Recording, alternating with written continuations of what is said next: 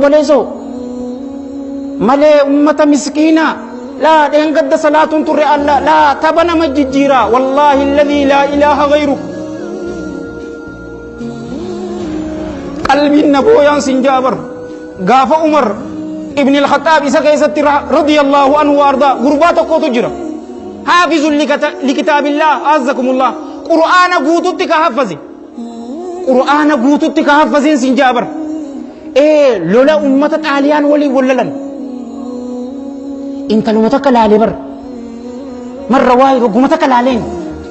obboleessoo qalbii isaa keessa seente intalti seente yeroo deebi'an intalti qoma keessaa bahuu diddee obboleessoo